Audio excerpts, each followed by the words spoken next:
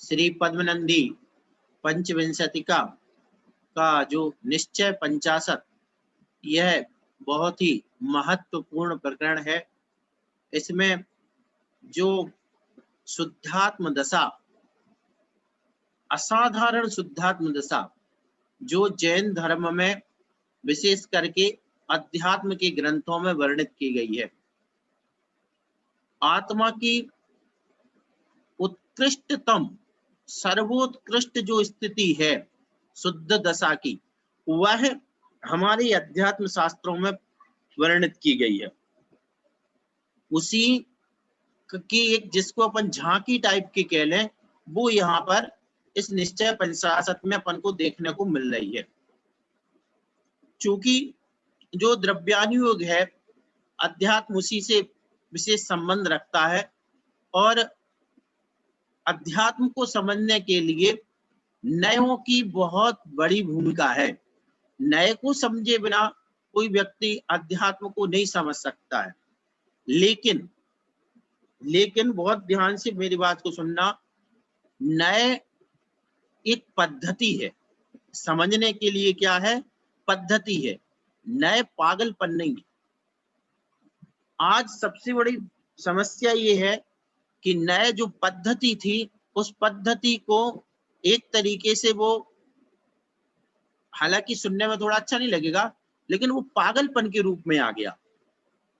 किसी भी चीज को, जो चीज समझने का तरीका है, वो समझ नहीं पा रहे। हम उदाहरण देते आपके लिए, जैसे अपने मोबाइल हैं, ये मोबाइल हमारे साधन हैं, बात करने के साधन है, अथवा कोई भी इंटरनेट संबंध कोई भी साधन है। लेकिन स्थिति क्या हो गई? ये पागलपन बन गए हमारे। पागलपन किसे कहते हैं? कि हम उसके बिना जी नहीं सकते, हम उसके बिना रह नहीं सकते, हम उसके, ये कहलाता उसका दुरुपयोग। इसी प्रकार नए, अब नए में यहाँ उपयोग संबंधी बात नहीं कह रहा हूं मैं, नए में ये है कि नए सिर्फ नए को पकड़ के बैठ जाना, ये कोई समझदारी नहीं है। हर जगह कोई भी बात अपन सोचे कि कोई हर चीज नए नए से, नए अपने आप छिपा हुआ होता है, समझा जाता है। जैसे मान के चलो, आप अपने घर से निकले और आपको मान के चलो अपने किसी एक नाम के व्यक्ति के घर जाना है, 4 गलियों बाद उसका घर है। अब आपको एक बार बस घर से निकलते टाइम आपने पक्का कर लिया कि मुझे इस रिश्तेदार के यहाँ जाना है, और बस आपने कदम बढ़ा दिए, आपको उसका रास्ता पता है कि ये इसका रास्ता है। आप वहां, अब ये ऐसा नहीं है कि एक कदम रखो फिर सोचो कि हम उसके घर जा रहे हैं, फिर अगला कदम रखो फिर सोचो कि हम उसके घर जाएंगे, फिर अगला कदम रखो फिर उसके घर जा रहे हैं। ऐसा तो नहीं सोचते ना। नए भी ऐसे ही है। नए हमारे निश्चय करा देते हैं कि ये चीज व्यवहार से है, मैं, मेरा जो भी नाम है ये व्यवहार से है, मेरा घर परिवार है ये व्यवहार से है, मेरी शुद्धात्मा ये निश्चय से है। अब हम उसी चीज को बिल्कुल रगड़े जाए हर चीज, ये कोई तरीका नहीं है। ये आचार्यों का कहने का ये प्रयोजन बिल्कुल नहीं था। जो आज जिस तरीके से लोग बिल्कुल नए को खींचते हैं, खींचने मीचने का था, नहीं था। नए को जहां पर हमें समझ में नहीं आ रहा, जैसे यहाँ पे व्यवहार को अभूतार्थ कहा, ये बात हमें समझ में नहीं आ रही थी, तो वहां पे हमें समझ लेना है कि ये सत्य किस अपेक्षा से, असत्य किस अपेक्षा से, मैं संसारी किस अपेक्षा से हूं, सिद्ध किस अपेक्षा से हूं। अब बाकी मुझे धर्म करना, पूजा करना, तो पूजा करते मान के चलो मैं चढ़ाऊं ओम नीम देवसात गुरुभ्यो जन्म जरा मृत्यु विनाशनाथ, फिर तुरंत ये व्यवहार नए से जलम निर्पामिति स्वाहा, फिर ओम नीम देवसात गुरुभ्यो व्यवहार नए से संसार ताप विनाशनाथ चंद्रम निर्पाम, ऐसे करेंगे क्या? नहीं। ये अपन को निर्णय कराना है, बस उस चीज को समझने के लिए साधन है, उनमें उलझने की जरूरत नहीं है, नए उलझाने के लिए नहीं है, नए सुलझने के लिए। पहली बात। दूसरी बात, इतने सारे नए हैं। अच्छा एक बात, कभी कभी आप लोग एक चीज और सोचा करो कि मान के चलो अगर किसी को नए का ज्ञान नहीं हो तो क्या वो सम्यक दृष्टि नहीं हो सकता क्या? पारुल जी बताओ। अच्छा आप सामने दिख गए इसलिए आपसे पूछ रहा हूं, जो सामने होता उसी से पूछते। मान के चलो किसी को अगर नए का ज्ञान नहीं है, वो नए सैकड़ों नए होते, सैकड़ों, अगर नए का ज्ञान नहीं हो तो क्या वो सम्यक दृष्टि नहीं हो सकता क्या? नहीं हो सकता है ना भैया जी, क्योंकि सम्यक अरे दृष्टि का तो सम्यक दृष्टि लक्षण को ये है छोड़ो, कि जो मोक्ष जा जीवादि सकता। 7 तत्वों पे यथार्थ श्रद्धान करे तो सम्यक न्याय दृष्टि। की तो ज्ञान तो छोड़ो, मोक्ष जा सकता। अंजन चोर ने कौन से 7 न्याय पढ़े थे क्या? कि कौन से न्याय नहीं, के ज्ञान थे? तो आज हमारी समस्या क्या हो गई, हमने इन सब चीजों को लक्ष्य जैसा बना लिया कि ये चीज मतलब नहीं, सब चीजों के पीछे हमारी आत्मा की विशुद्धि है, सब चीजों के पीछे हमारा लक्ष्य है, लक्ष्य का निर्धारण करना है। और इसको फिर ये व्यवहाराभासी, निश्चयाभासी, वो भी आभासी, ये भाषी, वो भाषी, ये सब चीजें सिर्फ अपन को जब हम स्वाध्याय कर रहे हैं उस स्वाध्याय के समय तत्व को समझने के लिए है। लेकिन जो स्वाध्याय नहीं करते हैं वे भी सम्यक दृष्टि हो सकते हैं। अभी आप हमारे भाव समझना, ये मत कहना कि स्वाध्याय मतलब कोई भी, ऐसे मान के चलो किसी को अगर मान के चलो अनपढ़ आदमी है, अनपढ़, वो शास्त्र पढ़ के नहीं जानता है, अब वो क्या सम्यक दृष्टि नहीं हो सकता क्या? मनुष्य की बात कर रहा हूँ, त्रियंची कर रहा हूँ, हो सकता है, मुनि भी बन सकता है, मोक्ष भी जा सकता है। तो ये सब चीजें सोचने की हैं, इसलिए नए उलझाते हैं अगर, तो नयों की गलती नहीं है, ये हमारी और आपकी गलती है, ये वक्ता की गलती है। लेकिन नए किस लिए हैं? तत्व को समझने के लिए हैं, उतने ही उनका अपन को सोचना चाहिए। अगर इसमें आप बहुत ज्यादा वो करेंगे तो कुछ भी नहीं निकलेगा।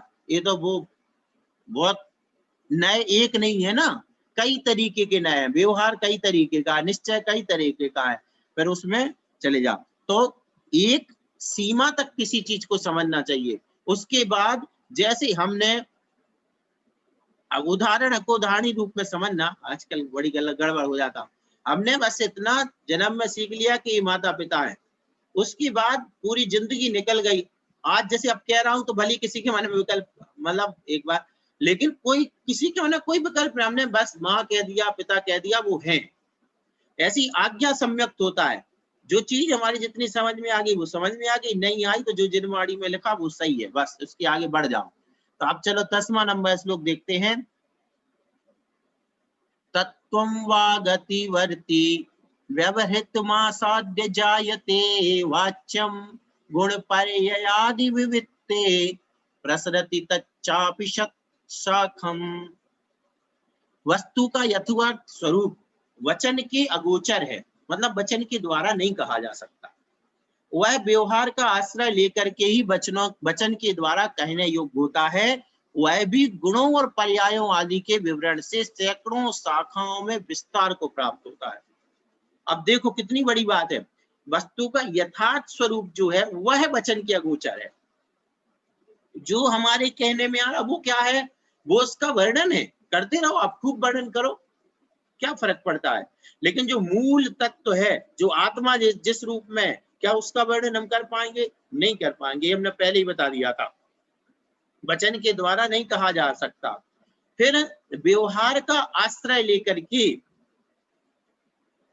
वचन के द्वारा कहने के योग्य होता है, लेकिन जितना भी कह सकते हैं हम उसके लिए व्यवहार का आश्रय, जितना भी कह पाएंगे, जो भी हम कह पा रहे हैं, जीव के बारे में, अजीब के बारे में, किसी के बारे में, उसके लिए व्यवहार, उसके बिना आप कह नहीं सकते हो। वह भी गुणों और पर्यायों आदि के विवरण से सैकड़ों, अब उसके बाद भी गुण और पर्याय, क्योंकि गुण पर्याय द्रव्यम, तो अब उस गुण और पर्याय के माध्यम से उसको कहा जाता है। जैसे मान के चलो हमने अरिहंत भगवान के बारे में बात की, अब अरिहंत भगवान के बारे में जो बात कर रहा है वो व्यवहार न से है। अरिहंत भगवान के पास अनंत चतुष्टय है, ये गुण है, वो गुण है, ये गुण हो गए उनके। फिर उसके बाद देखो भैया, वो भी महावीर भगवान का जीव भी गधा बना था, धोबी बना था, ये बना था, वो बना था, ये पर्याय, और आगे उनकी सारी पर्याय शुद्ध अवस्था को प्राप्त हैं। अब उनकी ये सारी बातें हैं, तो ये सारी, अब ऐसी किसी भी जीव पे घटा लो, कोई मुनि बने, अब हमने आपके गांव के थे, आपने कहा देखो भैया पहले ये ऐसे खेलते थे, ये उसकी पुरानी पर्याय हो गई, बचपन की पर्याय हो गई। फिर इनका गुण देखो, उस समय तो ये ऐसा करते थे, आज देखो आज ये ऐसा करते हैं, गुणों पर दृष्टि चली गई। तो लेकिन जो भी दृष्टि जाएगी उसके लिए गुण और पर्याय आदि का जो विवरण है, वर्णन है, वह सैकड़ों शाखाओं, यानी जो हम कह रहे हैं उसके कहने के भी कई तरीके हो सकते हैं। कई तरीके हो सकते। अब हम जैसे मान के चलो हमारे सामने से बसंती जी दिख रही, भाई हमारे कोई इनसे व्यवहार रहा, हमने बुआ जी कह दिया, ठीक ना। अब इसी चीज को हम 17 तरीके से परिचय दे सकते हैं। हम कह देंगे ये मान के चलो कि उसकी दी चिंकी मतलब अभिषेक की दीपक की बुआ है, मैंने उनको हम कह देंगे कि उसकी वो मामी है, हमने कह दिया वो उनकी शिष्या है, हमने कहा वो उनकी मामी है, हमने कहा वो उनकी भांजी है। अब एक ही बसंती जी एक ही है, लेकिन सैकड़ों उसके भंग बन गए। अब तुम सैकड़ों तरीके से कहते रहो घुमा के, वस्तु एक है, तो एक वस्तु को कितने तरीके से कहा जा सकता है, उसके सैकड़ों शाखाएं। तो ये सारी चीजें हैं, इसलिए अपन को ये सोचना है कि एक जो अपन भी क्या कर रहे हैं, अपन कर क्या रहे, स्वाध्याय में कर क्या रहे, अरे वही आत्मा है, वही पुद्गल है, उसी को पढ़ने में लगे हैं। कभी इस ऐसे पढ़ते हैं, कभी वैसे पढ़ते हैं। इसका मूल प्रयोजन फिर आप कहोगे काय को पढ़ो, फिर जब आत्मा जीव और अजीब भी पढ़ना तो समझ गए अपन, तो नहीं, इसलिए पढ़ना है कि अपन इतने पापी है कि 24 घंटे पाप के अलावा हमारे पास कोई काम ही नहीं है। तो जितने समय हम पढ़ रहे हैं यही समय हमारा पावन है, बाकी तो अपन को हर समय हिंसा हो रही, क्रोध आ रहा है, गुस्सा आ रहा है, झूठ बोल रहा है, बेईमानी में लगे हुए हैं। और ये सत्य है, आप लोगों के लिए नहीं कह रहा हूं, मैं अपने लिए कह रहा हूं। हमारे पास काम क्या है 24 घंटे। तो हम इस तत्व को समझ करके कि बस अपना धर्म ध्यान कर रहे हैं और आत्मा को संस्कारित कर रहे हैं। सबसे बड़ी बात क्या है, संस्कारित कर रहे हैं। तो ऐसे संस्कार से हमें ऐसी पर्याय मिलेगी कि जो हो सकता विदेश क्षेत्र मिले, हो सकता कोई स्वर्गों में भी ऐसी स्थिति मिले कि जहां पर तत्व को अपन समझ सकें और आगामी भाव में जल्दी से कल्याण हो सके। तो ये हम संस्कारित कर रहे हैं अपने उसके लिए, आत्मा के लिए, और इसके अलावा कोई चारा नहीं है। तो ये मत समझो भली वही चीज पढ़ रहा है, बार बार पढ़ो। आचार्य इसलिए कहते कि बहुत नहीं बहुत बार पढ़ो, उनका एक स्लोगन है, बहुत नहीं बहुत बार पढ़ो। तो ऐसे ही अपन है, हालांकि ऐसा नहीं है, अपन जो पढ़ रहा है उसमें मजा भी बहुत है। आप देखो तरह तरह की सी चीजें आती हैं तो आनंद भी है ऐसा। और एक बात आप भी जानते हो, एक दिन जब वो संक्रमण उत्कर्षण अपकर्षण शब्द आया था, किसी ने पूछा था, लाइव में आया था, कब आया मुझे ध्यान नहीं आ रहा एकदम से, तब हमने बताया था कितनी बड़ी बात है। अगर अभी जितने समय अपन स्वाध्याय कर रहा है, जो भी असाता वेदनी कर्म का उदय है वो साता रूप परिणमित होकर के निकल रहा है। और इसी समय अगर हो सकता हम बाहर बैठे होते कहीं तो किसी से झगड़ लेते, मान घर में ही मान के चलो किसी पे गुस्सा कर देते या कोई मेरे अपन पे गुस्सा हो जाता।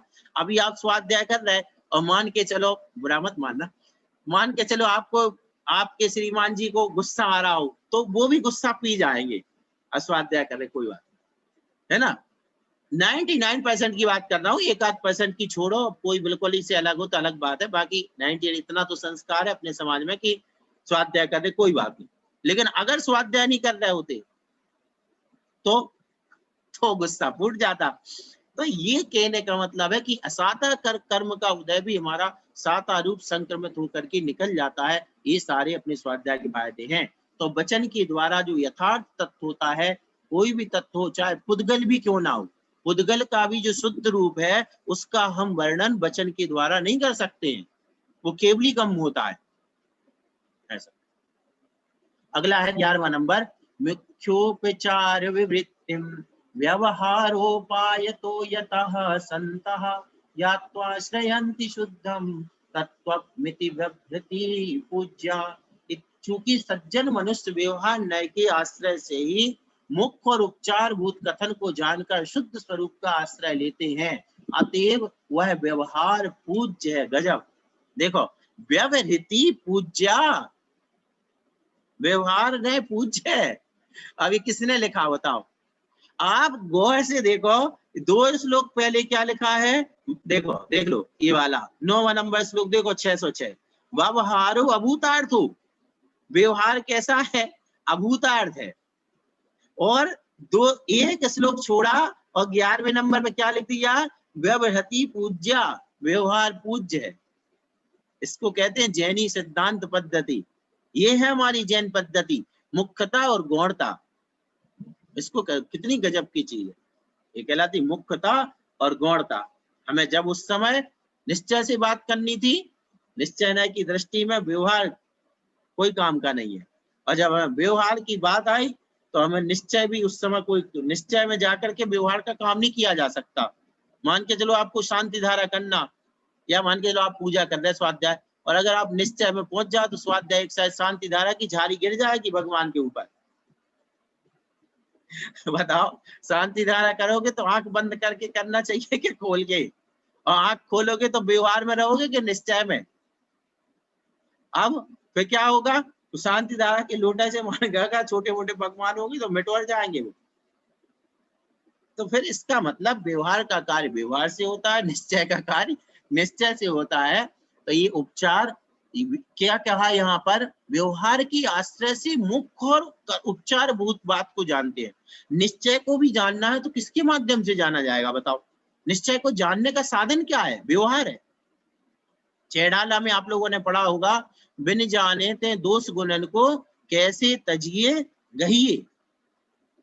किसी भी चीज को समझना है तो उसका सहारा तो लेना पड़ेगा, सहारा लेना पड़ेगा। देखना, मान के चलो आपने दूध गर्म करने को रखा भगोनी में, है ना, अब वो दूध आपको गर्म हो गया, अब भगवानी को गैस से उठाना है, तो क्या उठाना है? दूध उठाना है कि भगवानी? सही बताना, झूठ बोलोगे तो पाप लगेगा, ध्यान रखना, डबल पाप लगेगा, क्योंकि जिनवाड़ी आपके सामने है। दूध उठाना है क्या भगवानी? आपको दूध से मतलब है कि भगवानी से?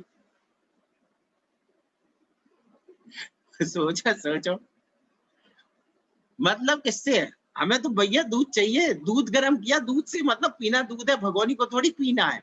लेकिन उठाना संभाल किसकी कर रहे हैं? भगवानी की। सीमा जी नोएडा, हाँ हाँ बताओ बताओ, आवाज खोलो। चाहिए तो हमें दूध, लेकिन सब चाहिए तो हमें दूध ही, लेकिन उठाना पड़ेगा भगोना ही, नहीं तो दूध कैसे उठेगा? हाँ तो जब आपका लक्ष्य दूध है तो भगवानी को क्यों देख रहे हो? और भगोना तो छोड़ो, भगवानी तो छोड़ो, उसके साथ कपड़ा भी पकड़ना है, संसी कपड़ा कुछ भी, वो भी पकड़ना है। नहीं तो दूध उठेगा ही नहीं, वो बिखर जाएगा हमारा दूध, अगर सबको हाँ, ध्यान नहीं देंगे तो तो भैया। शुद्ध तत्व उपादेय तत्व तो दूध है, लेकिन बताओ भगवानी को मजबूती से पकड़ते हो क्या ढीले ढीले? ये भी बता दो साथ में। नहीं, मजबूती से पकड़ना पड़ेगा, नहीं तो गिर ही जाएगा भैया जी, फिर हाँ भी गिर अमित जी, जाएगा वो। अमित जी के नाम से जो भी है माइक ऑन करो। अरे ये क्या हो हाँ गया? भैया जी, हाँ बताइए। भगोनी में रखा हुआ दूध उठाना है। अच्छा, वाह भाई वाह, भगवानी में हम एक चीज पूछ रहे हैं, उपादेय क्या है? दूध के भगवानी। अरे भैया क्या हो गया? उपादेय तो दूध है भैया जी, पर उठाना हमें भगोनी में रखा हुआ दूध है। ये इसी को समझने के लिए ये नए है, ये तभी समझ में आएगा, क्योंकि हमें वैसे समझ में नहीं आने वाला जब तक हम किचन में नहीं घुसाएंगे, विशेषकर महिलाओं को, तब तक तो समझ में नहीं आएगा, है ना। और हमें किचन का अच्छा ज्ञान है, इसलिए चिंता मत करो। तो अब आप बताओ, अब उसका वो नहीं, वो तो अपने जो व्यवस्थाएं अपने धर्म की शुद्धि अशुद्धि, उसमें अपन 3 दिन में हम सब सीख लेते हैं, 3-4 दिन में, तो अपन को पूरा ज्ञान है, चिंता मत करो आप। अब ये बताओ, आप तो मूल बात घुमाओ मत बात को, बात ये बताओ कि उपाधि हमारे लिए उपाधि क्या है? भगवानी के दूध नहीं है तो उपादेय तो भैया दूध दूध ही ही है, उपाधि तो दूध ही है, लेकिन समान किसकी करना है? भगवानी की। पकड़ना किसको है? मजबूती से, ऐसे नहीं। लोग ऐसे भी समझते हैं कि ये तो ये है, मतलब ये उपाधि नहीं है, तो इसको उपेक्षा भाव से, उपेक्षा भाव से नहीं, बिल्कुल मजबूती के साथ, नहीं तो गिर गई तो जल जा। ऐसे ही अपने अरिहंत भगवान जिनवाणी धर्म की सारी क्रियाएं कैसे पकड़ना है? मजबूती के साथ, गिरना नहीं चाहिए, गिरना नहीं चाहिए। और उपादेय क्या है? शुद्धात्म तत्व। लेकिन पकड़ना किसको है? शुद्धात्म तत्व के लिए पकड़ना पड़ेगा देव साथ। ये समझ लेना, इतना ही सब बहुत पर्याप्त है आज के लिए, आगे चलो। ये तो ऐसे विषय है कि हम भैया। हाँ बताइए बताइए। यदि हम जो क्रियाएं हैं उनमें हाँ। विवेक लगाते हैं तो हाँ। उसमें मुख्यतः किस चीज की होना चाहिए? जैसे एग्जाम्पल, जैसे हम बहुत सारी क्रियाएं, जैसे कि मतलब उसमें हमारा जीव दया मुख्य होना चाहिए, जीवों की हिंसा नहीं होना चाहिए, कोई भी क्रियाएं। अब जैसे कई क्रियाएं हैं जो पुराने जमाने से चली आ रही हैं, पर हाँ, उनके पीछे अब लोग बोलते हैं करते आ रहे हैं तो करते आ रहे हैं। अब जैसे महाराष्ट्र में तो अभी दीपावली के दिन जब पूजा होगी ना, दिवाली पूजा, तो हाँ। उसमें लोग झाड़ू भी रखेंगे। देखो, सबसे बड़ी चीज है, हम बता रहे हैं, आप समझ गए अब आपकी बात को, कि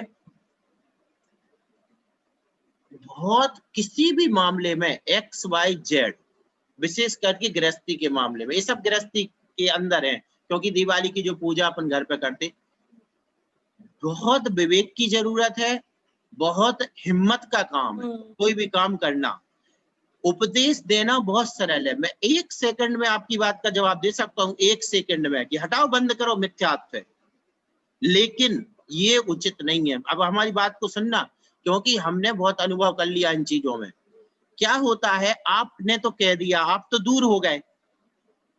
आदमी जो वर्षों से क्रिया करता आता है, उस क्रिया के साथ वो मानसिक रूप से अटैच हो जाता है। अगर मान के चलो आज हमने उसकी झाड़ू मान के चलो इस कोने में रखी थी, और उसकी झाड़ू अगर हमने उस कोने में करवा दी, और उसको अगर कांटा भी लग गया, अगर उसका एक कांच का गिलास भी फूट गया, तो उसका दिमाग खराब हो जाता है कि ये झाड़ू यहां से वहां करने में हुआ है। ये प्रायोगिक स्थिति है, प्रैक्टिकल स्थिति है।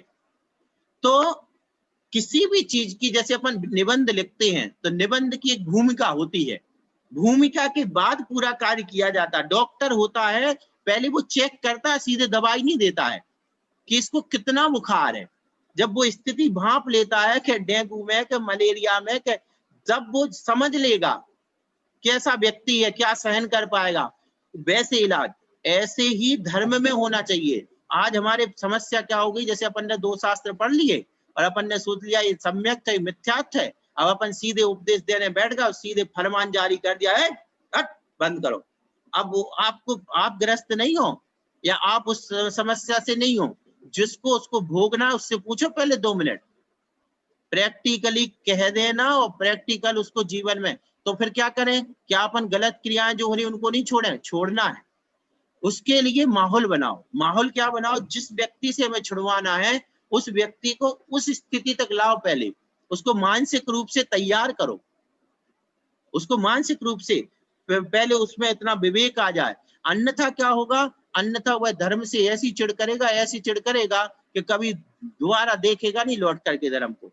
जैसे हमने उदाहरण दिया ना, अगर हमने झाड़ू इस कोने की उस कोने में रखवा दी, तो क्या होगा, उसके घर में कांच का गिलास फूट गया, अरे इतना महंगा, अरे यार तो गड़बड़ हो गया, अब वो तो ये इसमें कुछ नहीं है, वापस वो मिथ्यात्व में। तो किसी चीज को हमारे अपने पूज्य आचार्य शांति सागर महाराज जी ने एक गांव में, देखो विवेक किसे कहते हैं, अरे आप लोगों ने बीच में प्रश्न पूछ लिया, अब पूछा है तो जवाब तो पूरा करना ही है। एक गांव में उन्होंने सम्यक पर प्रवचन दिया, जैनवाड़ी, हाँ जैनवाड़ी की घटना, जैनवाड़ी के जहां तक है 99% है ना, चार्ट चक्कर। अब उसमें क्या हुआ कि जैनवाड़ी या एक और उसकी है ना, 2 में से किसी की है, तो उसमें क्या हुआ, बहुत बिल्कुल सच्ची घटना, सच्ची यथार्थ घटना, कि उन्होंने सम्यक पे उपदेश दिया, उन्होंने कहा पंच परमेष्टि की पूजा करना चाहिए, अन्न को अपन को। अब क्या हुआ कि पूरे गांव ने, वो प्रभाव गजब थे शांति सागर महाराज जी, सारे गांव ने त्याग कर दिया। अब त्याग कर दिया तो कुछ लोग समझदार थे, उन्होंने महाराज से निवेदन किया कि महाराज इस गांव में सर्प का उपद्रव है और आए दिन सर्प डसता रहता है, तो एक व्यक्ति ऐसा है हमारा जो मिथ्या देवी देवताओं की आराधना से ही उनके मंत्र पूर्वक सर्प का विष दूर करता है। तो अब शांति सागर महाराज जी का विवेक देखो, उन्होंने उस व्यक्ति को अलग कर दिया उस ग्रुप से। उस व्यक्ति को क्या कहा कि तुम ऐसा करो, हम तुम्हें एक मंत्र देते हैं, दूसरा मंत्र पंच परमेष्टि वाचक है ना। अब वो पंच परमेष्टि वाचक मंत्र हम तुम्हें सिखा रहे हैं, इस मंत्र का प्रयोग करना। अगर इस मंत्र से कोई ठीक ना हो तो तुम जो करते हो वो करते रहना। कितने विवेक देखना आप आचार्य शांति सागर महाराज का, ये मंत्र है। अगर इससे ठीक, मतलब एक साधु की दया देखना आप, हालांकि उनके मन में वो नहीं था, अविश्वास नहीं था, ना संशय था, लेकिन इतने लोगों का विश्वास भी तो कोई चीज होती है। तो उन्होंने कहा ये मन, अब किस्मत देखो आप, किस्मत, उसी समय एक आदमी दौड़ा दौड़ा आया, ये पंचायत वहां चल रही है, और वहीं पे पंचायत मतलब सभा, वहां पर आया और उसने कहा कि मेरे बैल को सांप ने काट लिया है। उसी समय, तो उसी समय बस वो आदमी ने महाराज को नमस्ते किया कि महाराज पहले अब भी करता हूं आपके मंत्र का प्रयोग। उसने मंत्र का प्रयोग किया और वो बैल तुरंत ठीक हो गया, और जितने जल्दी उसके मंत्र से ठीक नहीं होता था, उतने जल्दी इस मंत्र से हो गया। प्रयोग सफल हुआ, पूरे गांव ने त्याग कर दिया।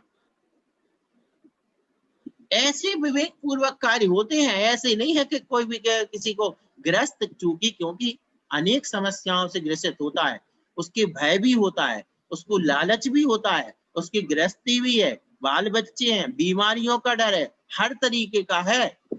आज अपन लोग स्वाध्याय कर लेते, एक आदमी थोड़ा सा कोई थोड़ा स्वाध्याय कर लेता, रात्रि वो सोचता कि सब पे अपने ही जैसा समझ। अरे भैया तुम जहां पहुंचे हो उसके पहले कहाँ थे वो तो देखो एक बार।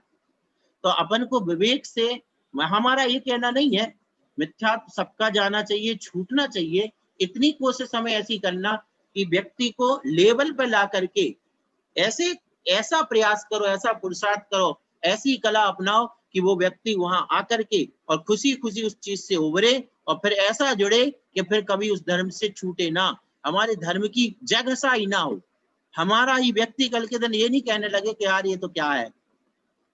तो उतना उसको मजबूत कर दो। अब देखो आज जैसे मान के चलो, जैसे मानतुंग आचार्य महाराज थे, अगर अज्ञान दशा में होते और अगर उनको जेल में डाल देते तो वो क्या कहते, अरे बेकार है मुनिपत, काय को मुनि बनना, ये जेल में। और ज्ञान दशा में थे तो कितनी बड़ी स्थिति हुई कि वे वहां बैठ करके, नहीं जेल भी स्वीकार है, और वहां पर उन्होंने भक्तांबा की रचना कर दी, सारी बातें हैं। तो ये मतलब एक मजबूती में लाना चाहिए पहले, ये मेरा व्यक्तिगत सोच है, बाकी आप। हाँ पर जी भैया जी इसी से रिलेटेड क्वेश्चन है कि जैसे अभी तत्वार सूत्र पे प्रणम्य सागर जी महाराज का भी मैं सुनती हूँ कभी कभी, तो उसमें वो बता रहे थे कि जैसे कि साइंस तो बताता है कि हमारी अर्थ अपने मतलब पृथ्वी है अपने भी एक्सिस पे घूमती है और रोटेट करती है, और सन जो है वो स्थिर रहता है। अब ये लेकिन अपने यहाँ पे ये बताया है कि पृथ्वी स्थिर है और सूर्य और चंद्रमा परिक्रमा लगाते हैं। अब ये बात जैसे बच्चे हैं आजकल के, वो गूगल वगैरह पढ़ते हैं, साइंस देखते हैं, पारुण जी, साइंटिफिक, तो एक उनको मिनट। कैसे इस बात को समझाया जाए? पारुण जी रुको, है ना, हम आपके प्रश्न को यहाँ रोक रहे हैं, एकादश श्लोक के किसको अलग से लेना पड़ेगा, ये बहुत लंबा उत्तर है इसका, तो देखते हैं ना अभी, क्योंकि एक हो गया, एकादश श्लोक कर ले आगे, ठीक है ना, बहुत लंबा है, मतलब छोटा सा नहीं है आंसर इसका थोड़ा। हाँ बच्चों को समझाने का, ठीक है ना। तो चूंकि सज्जन पर ये हो गया, तो व्यवहार न्याय क्यों आश्रय लेते हैं, अब यहाँ ये बता दिया। पहले जब इन्होंने कह दिया कि व्यवहार अभूतार्थ है, तो फिर व्यवहार का आश्रय क्यों लेते, तो उन्होंने कहा क्योंकि व्यवहार से ही निश्चय का ज्ञान होता है ना। वही वाली बात कि दूध चाहिए था तो भगवानी को क्यों जकड़ा आपने, क्यों पकड़ा जोर से, तो क्योंकि दूध को इच्छा रखने वाले को भगवानी के बिना दूध मिलने वाला नहीं है, दूध की मतलब भगवानी को पकड़ना पड़ेगा तभी जाकर के दूध। तो इस प्रकार से, इसी प्रकार व्यवहार के माध्यम से वह साधन है, और साधन से ही तो साध्य की सिद्धि होगी, साधन से ही साध्य की सिद्धि होगी। जैसे कोई किसान है, अब किसान मान के चलो हरी फसल खड़ी उसकी खेत में, और उस फसल की रखवाली कर रहा, अब बताओ उसको वो हरी फसल उपादेय है कि उसको अनाज चाहिए, चाहिए अनाज है, लेकिन रक्षा किसकी कर रहा है, हरी फसल, क्योंकि उसी में से वह निकलने वाला है जो उसको पास। तो अति व्यवहार पूछे। अब इसके बाद एक श्लोक और देखते हैं, आत्मनि निश्चय बोध स्थितियो रत्नत्रयम् भवक्षते भूतार्थ पथ प्रस्थित बुद्धिरात्मैव तृतीयम्। आत्मा के विषय में दृढ़ता, सम्यक दर्शन, ज्ञान, स्थिति, चारित्र, रूप, रत्नत्रय संसार के नाश का कारण है, किंतु जिसकी बुद्धि शुद्ध निश्चय नय के मार्ग में प्रवृत्त हो चुकी है, उसके लिए वे तीनों एक आत्म स्वरूपी हैं, उससे भिन्न नहीं है। क्या मतलब है, ये तीनों सम्यक दर्शन ज्ञान चारित्र संसार की नाश के कारण है, इसमें कोई शक की बात नहीं है।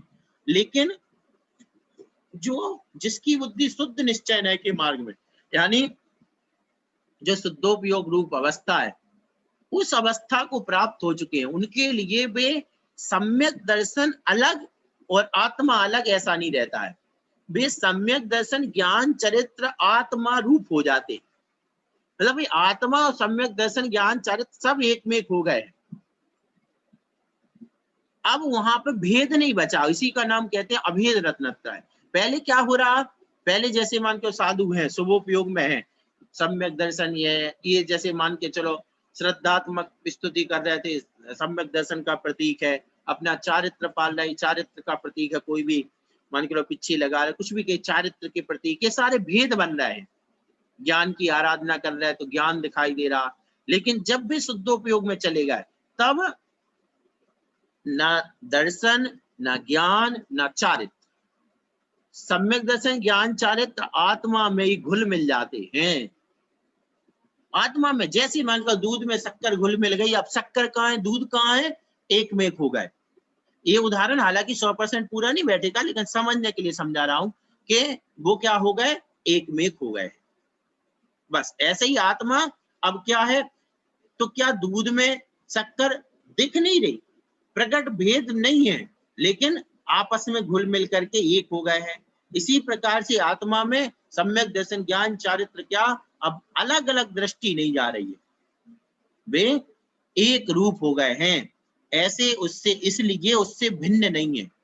इसका क्या मतलब हुआ, क्योंकि वे रत्नत्रय जो है वह आत्म स्वरूप हो जाता है, तो रत्नत्रय कहीं अलग पड़ा हो और आत्मा कहीं अलग हो, ऐसी बात नहीं है।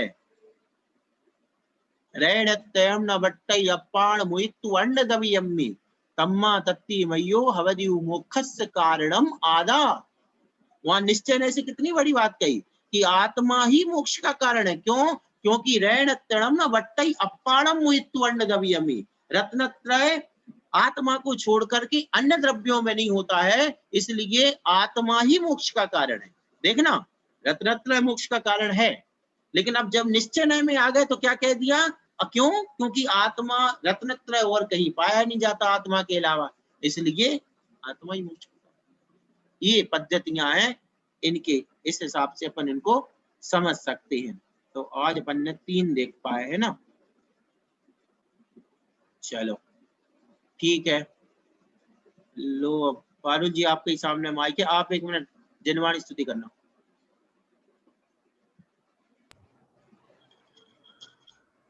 हे जिनवाणी भारती, तोहे जपू दिन रैन